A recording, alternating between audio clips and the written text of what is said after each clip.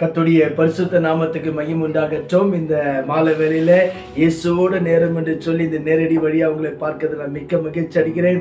It gives me a great joy to share with you a word of God. Hallelujah. இன்றைக்கு ஆண்டவர் நம்மோடு பேசும்படியாக கண்களை மூடி நாம் ஜெபிக்கலாம். பரலோக தேவனே, இந்த மாலை வேளைக்காக நன்றி. எங்களோட பேசுங்க. உடைய வார்த்தையில வல்லமை இருக்கிறது, உடைய வார்த்தையில ஜீவன் இருக்கிறது. அதற்காக நாங்கள் உம்மை துதிக்கிறோம், ஸ்தோத்தரிக்கிறோம். ஆண்டவர் எல்லா தடைகளை இயேசு நாமத்துல முறியடிக்கிறோம். ஆண்டவரே முறியடிக்கிறோம்ப்பா. நீர் பேசும், நாங்கள் கேட்கிறோம். இயேசு நாமத்தில் பிதாவே, ஆமென். ஹல்லேலூயா. அன்பானவர்களே, இன்றைக்கு தேவ ஆவியானவர் என் உள்ளத்துல போட்ட சில காரியங்களை தொடர்ந்து ஒரு 3 பகுதியாக வேதத்திலிருந்து எப்படி பெற்றோர்களை நாம் கனப்படுத்த வேண்டும், how to honor our father and mother, or how to honor our parents. ஆமென். வேதத்திலிருந்து சில வார்த்தைகளை சொல்லி நான் ஜெபிக்க ஆசைப்படுகிறேன். யாத்திராகமம் புஸ்தகம் 20ஆம் அதிகாரம் 12ஆம் வசனம் இப்படியாக சொல்லுகிறது, உன் தகப்பனையும் உன் தாயையும் கனம் பண்ணுவாயாக. ஹல்லேலூயா. அன்பானவர்களே, ஆண்டவருடைய வசனங்களில் நீங்க பாருங்க, ஆண்டவர் சொல்லும் போதோ இது நமக்கு ஒரு 5வது கட்டளையாக தேவன் கொடுக்கிறது நமக்கு. This is the 5th commandment of God. Hallelujah. உன் தகப்பனையும் உன் தாயையும் கனப்படுத்துவாயாக.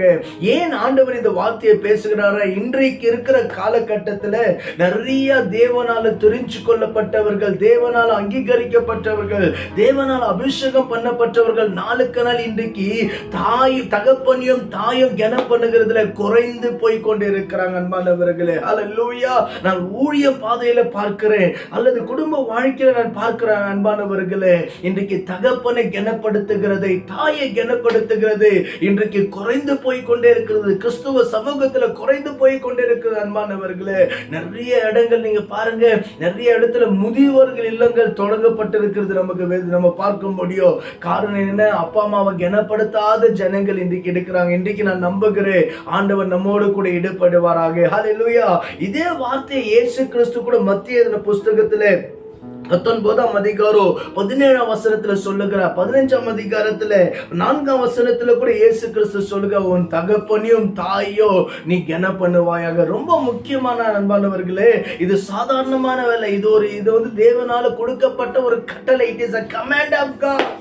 சகோதரனே, சகோதரியே, இன்றைக்கு நிறைய பேரை பாருங்க, கோயிலுக்கு போறாங்க, ஆலயத்துக்கு போறாங்க, காணிக்க கொடுக்கறாங்க. அப்பா அம்மாவை கனப்படுத்துகிற கூட்டம் குறைந்து கொண்டு இருக்கிறது. தாயை தகப்பனை கன பண்ணாம என்ன ஜெபம் கேட்கப்படும்? தாயை தகப்பனை கன பண்ணாம எப்படி காணிக்கை ஏற்றுக்கொள்ளப்படும்? ஹல்லேலூயா. இன்னைக்கு ஆவியார் உன்னோட பேசுகிறார். சகோதரனே, சகோதரி, ஆவியார் உன்னோட பேசுகிறார். இந்த செய்தியை பார்க்க உனக்காகத்தான் ஆண்டவர் இந்த செய்தியை கொடுக்கிறார். சில காலங்கள் ஆகும்போது, சில வயது ஆகும்போதோ தாயும் தகப்பனை கனப்படுத்துகிற கூட்டங்கள் குறைந்து கொண்டிருக்கிறது. அவரை நாம் கனப்படுத்த வேண்டும். அன்பானவர்களே, இது 3 பகுதியை அவங்களோட கூட நான் பகிர்ந்து கொள்ள ஆசைப்படுகிறேன். இன்றைக்கு எப்படி கனப்படுத்துகிறது என்ற ஒரு காரியமோ, அடுத்ததாக அன்பானவர்களே, கனப்படுத்தாமல் போனால் என்ன தண்டனை வரும் என்பது உங்களோட கூட நான் பகிர்ந்து கொள்கிறேன். 3வதாக, கனப்படுத்தினால் வருகிற ஆசீர்வாதங்களை நான் பகிர்ந்து கொள்ள விருப்பப்படுறேன். அன்பான நல்லா கவனிங்க. வேதத்துல ஆண்டவர் அப்பாவை நம்ம பெற்றோர்களை கனப்படுத்துகிறது சொன்ன என்ன அர்த்தம்? அன்பானவர்கள், வேதத்தில் சில காரியங்களை சொல்லி நான் ஜெபிக்க ஆசைப்படுகிறேன். நம்பர் 1, நாம் கீழ்ப்படிகளாக இருக்க வேண்டும். How can we honor our parents? How can we honor our father and mother? Through obedience. எந்த அளவுக்கு ஒரு மகனோ ஒரு மகளோ தன் தாய் தகப்பனுக்கு கீழ்ப்படுகிறாங்களோ, நீங்க நினைச்சு கொள்ள வேண்டும், எங்க அப்பா அம்மாவை நான் கனப்படுத்துகிறேன் என்பதை நீங்கள் அறிந்து கொள்ள வேண்டும். இன்னைக்கு நிறைய பேர் பாருங்க, அப்பா ஒண்ணு சொல்றாரு, மகன் ஒண்ணு செய்யறாங்க, அப்பா ஒண்ணு சொல்றாரு, மகன் ஒண்ணு செய்யறாங்க. கீழ்ப்படி இல்லாத இருக்கிறது. சாலமோன் பக்தன் சொல்லும் போது சொல்லுகிறார், நீதிமொழி 1ஆம் அதிகாரம் 8ஆம் வசனம் சொல்லுகிறார், என் மகனே தகப்பன் சொல்லை கேள், தாயினுடைய போதனையை விரும்பு, கேள் என்று அந்த இடத்துல ஆலோசனை கொடுக்கிறது நம்ம பார்க்க முடியும். அன்பானவர்களே, எனவே இந்த மாலையில் ஆண்டவர் பேசுகிறார், நீங்க எந்த அளவுக்கு உங்க பெற்றோருக்கு, உங்க தாய் தகப்பனுக்கு கீழ்ப்படுகிறீர்கள் என்பதை அறிந்து கொள்ளுங்க, தெரிஞ்சு கொள்ளுங்க. அப்பா அம்மா கீழ்ப்படியாது எந்த தர்மம் செய்தாலும், எவ்வளவு காணிக்க கொடுத்தாலும், எந்த கோயில்கள் எழுந்தாலும் அது ஏற்றுக்கொள்ளப்படாது. பைபிள் திட்டமா சொல்லுங்க, அது அங்கீகரித்து கொள்ளப்படாது. நாம் அறிந்து கொள்ள வேண்டும். தாய் தகப்பனுக்கு நாம் கீழ்ப்படுகிறவர்களாக இருக்க வேண்டும் அன்பானவர்கள். அவங்க ஒரு காரியத்தை சொல்லும் போதோ எதிர்த்து பேசவே கூடாது அன்பானவர்களே. ஹல்லேலூயா. ஒன்று, நாம் கீழ்ப்படியும் போது அப்பா அம்மாவை நாம் கனப்படுத்துகிறோம். இது ஆண்டவர் சொல்லிக் கொடுத்த ஒரு வார்த்தை. நம்பர் 2, இரண்டாவதாக லேவியராகம புத்தகம் 19ஆம் அதிகாரம் 3ஆம் வசனம் சொல்லுகிறது, உன் தாயும் உன் தகப்பனையோ பயப்படு. ஹல்லேலூயா. அதோட அர்த்தம் என்ன? அவங்கள மரியாதை கொடு, பயந்து இரு. நீ ஆனர் பண்றேன்னு சொன்னா அவங்களுக்கு ஒரு மரியாதை கொடு. நீங்க நிறைய வீட்டுல பாருங்க, சாப்பாடு அப்பா அம்மா கொடுக்குறாங்க, ஆனா மரியாதை இல்லையே.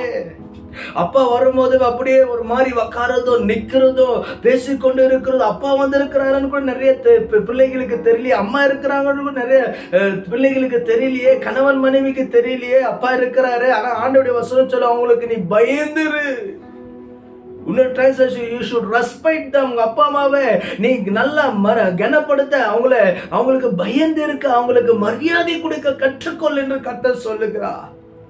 எத்தனை பேர் எங்க அப்பா அம்மாவுக்கு நீங்க மரியாதை கொடுக்குறீங்க? யோசித்து பாருங்க.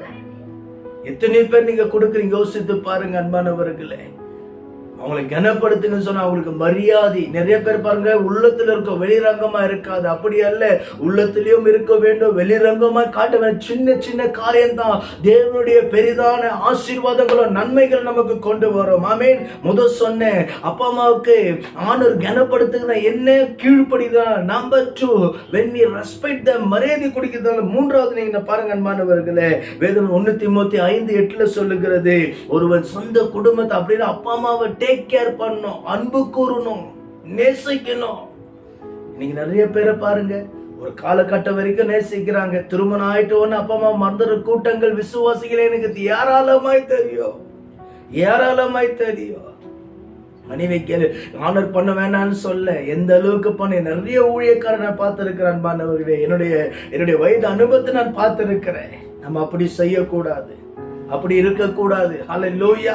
அவர்களை முடிஞ்ச அளவுக்கு அவங்களுக்கு பயந்து பணிவிட செய்யணும், அன்பு செலுத்தணும், அன்பா பேசணும், டேக் கேர் பண்ண அன்பானவர்களே. ஆண்டவர் நம்மோடு பேசிக்கொண்டு இருக்கிறார். இன்றைக்கு எப்படி இருக்கு யோசித்து பாருங்க.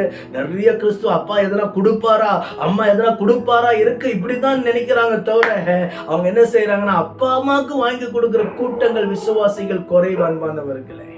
ஆமென். நான்காவதாக வேதத்தில் ஒரு வார்த்தை சொல்லி நான் முடிக்க ஆசைப்படுகிறேன். மத்தேயு புஸ்தகத்தில் 6ஆம் அதிகாரம் 8 10 வசனங்கள். மத்தேயு 18ஆம் அதிகாரத்தில் சொல்றார், உங்க பெற்றோர்கள் நம்ம என்ன செய்யணும்னா மன்னிக்கிறவர்களாக இருக்க வேண்டும். ஏன் இந்த ஆண்டவர் வார்த்தையை கொடுக்கிறார்? நிறைய பெற்றோர்கள், நிறைய பிள்ளைகள் தன் பெற்றோர்கள் ஏதோ ஒரு வார்த்தை கோபமா சொல்லியிருப்பாங்க, ஏதோ ஒரு வார்த்தை நமக்கு ஆலோசனையா சொல்லியிருப்பாங்க. இன்னைக்கு நிறைய பேர் பாருங்க, அதை கேட்காத, எங்க அம்மா இப்படி சொல்லிட்டாங்க, எங்க அப்பா இப்படி சொல்லிட்டாங்க, மன்னிக்கிற சுவாபம் இல்லாம பெற்றோர்கிட்ட இருப்பாங்க அன்பானவர்களே. அவங்க கனப்படுத்தல என்ன? மனப்பூர்வமா தெரிஞ்சோ தெரியாமலோ சில சகோதரிமார்கள் சொல்லுவாங்க, ஐயா எங்களுடைய அம்மா இப்படி சொல்லிட்டாங்க ஐயா, இப்படி என்னுடைய மனசு கஷ்டப்படுத்துற மாதிரி சொல்லிட்டாங்க. ஆண்டவர் சொல்ற, அவங்கள மன்னி. கிறிஸ்துவ வாழ்க்கையில மன்னிப்புன்றது ஒரு தெய்வீகம். It is a divine quality, it is a divine nature of God. மன்னிக்கிறது தேவனுடைய மகிமையான ஒரு குணம். எபேசியர் அதான் 4:32 பவுல் சொல்றார், கிறிஸ்து நம்மளை மன்னித்ததை போல ஒருவர் மன்னிங்க. இந்த செய்தியை பார்க்கிற சகோதரனே, உங்க வாழ்க்கையில போராட்டம், வாழ்க்கையில பிரச்சனை, அம்மா என்ன திட்டாங்க, அப்பா என்ன திட்டாங்க, மன்னிங்க, மன்னிங்க. ஆண்டவர் உங்களை பார்த்து சொல்றாரு. இந்த மாலை வேளையில இன்றைக்கு முதலாவது பகுதியாக we should honor our father and mother. ஆமென். அடுத்த வாரம் பார்க்க போகிறோம், நாம் பெற்றோரை ஆனர் பண்ணாமல் போனா வருகிற தண்டனையை பார்க்கிறோம். மூன்றாவதாக அன்பானவர்களே, ஆசீர்வாதத்தை பார்க்கிறோம். இன்றைக்கு ஆண்டவர் உங்களோடு பேசுகிறார். நீ எத்தனை கோயில் ஏறினாலும், என்ன தசன பாகம் கொடுத்தாலும், பெரியான ஊழிய காட்டு ஜபம் பண்ணி கொண்டிருந்தாலும் உன் ஜபம் கேட்கப்படாது. ஹல்லேலூயா. உன் ஜபம் மேல போகாது. காரணம் என்ன? அப்பா அம்மாவுக்கு கொடுக்க வேண்டிய மரியாதை, அப்பா அம்மாவுக்கு கொடுக்க வேண்டிய கீழ்ப்படிதல், அப்பா அம்மாவுக்கு பயப்படுகிற பயம், அப்பா அம்மா மன்னிக்காம நீ எந்த ஆலயத்துக்கு போனாலும் அது கேட்கப்படாது. இன்றைக்கு ஆண்டவர் உன்னோடு பேசுகிறார். சகோதரனே, சகோதரியே, கர்த்தர் உன்னோடு பேசுகிறார். இதுக்கு கீழ்ப்படியும் போதோ தேவன் உன்னை ஆசீர்வதிக்க வல்லவரா இருக்கிறார். கர்த்தர் தாமே இந்த திருவசனங்களை ஆசீர்வதிப்பாராக. கண்களை மூடி நாம் ஜெபிக்கலாம். பரலோக தேவனே, இயேசுவின் நாமத்திலே நம்முடைய சந்நிதியில வருகிறோம்ப்பா. தேவனே, இன்றைக்கு எங்களோட பேசின வார்த்தைகளுக்காக நாங்கள் நன்றி செலுத்துகிறோம். பரிசுத்த ஆவியானவரே, எங்க அப்பா அம்மாவை நாங்கள் பெற்றவர்களை கனப்படுத்துகிறோம். எங்களை மாற்றுங்கப்பா, எங்களை மாற்றுங்கப்பா. இந்த செய்தியை கேட்கிறவர்களை மாற்றுங்க. ஆவியானவர் ஒவ்வொரு குடும்பத்தோடு இணைப்பட ஒவ்வொரு தம்பிமார்களோட பேசுங்க. ஒவ்வொரு தங்காச்சிமார்களோட பேசுங்க. ரபா சந்த ரமா மாமா கபலத ரபா உரதல ரபோ சந்த ரபா. ஆவியானவர் கிரியை செய்கிறதுக்காக ஸ்தோத்திரம். எங்க வாழ்நாட்களிலே அதிகமாய் ஆண்டவரே எங்க தகப்பனையும் தாயும் கனப்படுத்த எங்களுக்கு கிருபையோட அபிஷேகத்தை கேட்கிறோம். நீ பேசின வார்த்தைகளுக்காக நன்றி. தெரியாம நாங்கள் ஏதாவது சொல்லியிருப்போமானால் தயவாய் மன்னிங்கப்பா, தயவாய் மன்னிங்க. உங்க கட்டளைக்கு கீழ்ப்படிய பலன் கொடு, ஆசீர்வதிங்க. இயேசு நாமத்தில் ஜெபிக்கிறோம் நல்ல பிதாவே, ஆமென். ஹல்லேலூயா. அன்பானவர்களே, இந்த செய்தியானது உங்களுக்கு பிரயோஜனமா இருக்கும் என்று சொன்னால் நம்முடைய YouTube channel arise Joshua gospel ministry என்ற யூடியூப் சேனல் இருக்கிறது. பாருங்க, ஷேர் பண்ணுங்க. கர்த்தருடைய கரங்களோடு இருப்பதாக. God bless you all. God bless you all.